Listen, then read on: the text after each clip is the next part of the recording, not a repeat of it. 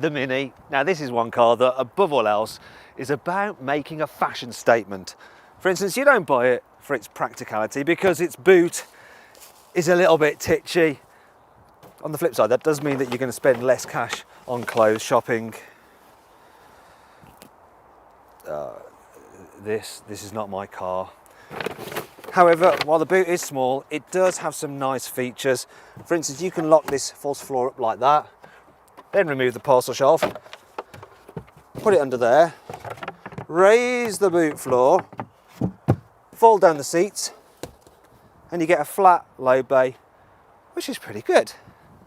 Now, what's not so good is how you have to get into the back, because these seats just don't seem to slide very far forward, so it's a bit of a struggle. I mean, look at this, to get in. When you're in, the space isn't actually as bad as you think. Headroom's pretty good. You've got some big windows. The issue really is not your knees even, it's the shins.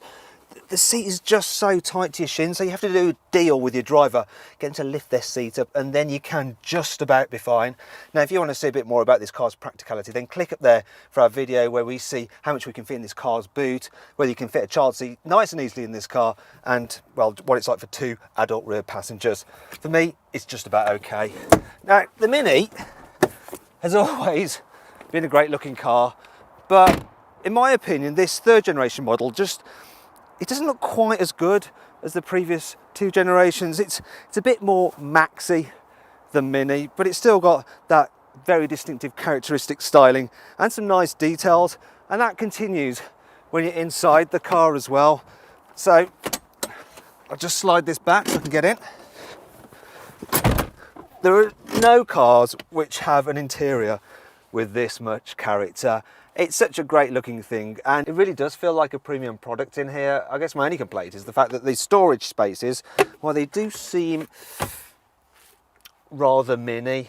Now, you shouldn't be misled by these cutesy graphics on the infotainment screen, because it's actually, as far as I'm concerned, the best in the business. You can actually see our full review of it by clicking up there and get another look around this cabin. If I were you, I would upgrade that to the full sat nav because it's brilliant, but you've got to be very careful with options on the Mini. For instance, this one has 5 grand's worth of options, and if you get too carried away, the price of a Mini can escalate so much that you're going to have to remortgage your house. Still, it's a Mini, and it has bags of personality and quite a few fascinating features. Here's 5 of them. The pedestrian protection system raises the bonnet slightly in a split second to reduce head injuries. An LED light ring around the instruments changes colour depending on which mode you're in. There's ISOFIX fittings for a child seat in the front as well as in the back. With Mini Connected, you can use Spotify directly through the car, so you don't have to use it through your phone. BMW says the Cooper D is the fastest accelerating car with a normal engine to emit under 100 grams per kilometre of carbon dioxide. Apparently, it takes just 9.2 seconds to get to 62 miles an hour. Wow, that's like well quick. Not. This 3-cylinder turbo diesel actually feels pretty nippy, and the trip computer says I'm averaging over 50 miles per gallon, that's not bad, until you realise that BMW claim that it should be able to do 76 miles per gallon when fitted with this automatic gearbox. Another problem I have with this engine is it's a little bit noisy. I much prefer this car with the 3-cylinder turbo petrol engine in the normal Cooper because its revvy nature it suits the Mini's character so much better, and so does the manual gearbox. Now, if you want more information on how this car is like to drive, then click up there to watch our 360-degree video.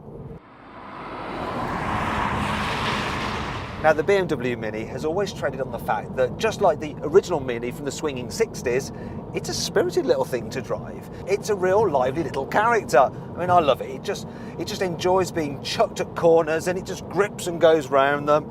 It is a really fun car to drive. However, there has always been a problem with the Mini, and that's the fact that it kind of always bounced down the road like a golf ball, because the suspension, which makes it so fun and darty, also makes the ride really firm.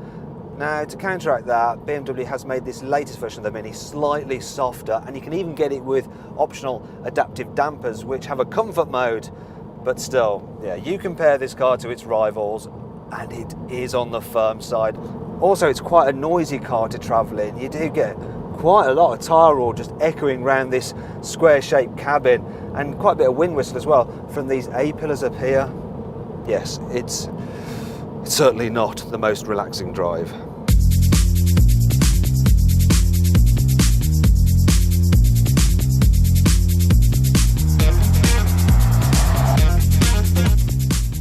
So then, overall, how do I rate the Mini? Well, there really is nothing else quite like it. Okay, so the boot is tiny and the ride is very firm, but it's a great fun car to drive and it feels like a premium product. Now click there for more information and to find out the best deal you can get on a Mini at carwow.co.uk. Thanks for watching. Click over there for our group test video between the Mini, the DS3 and the Audi A1. And if you enjoyed this video, please like it, share it and subscribe to our channel. Now, did you know that the record for the amount of people fitting into a Mini is 28?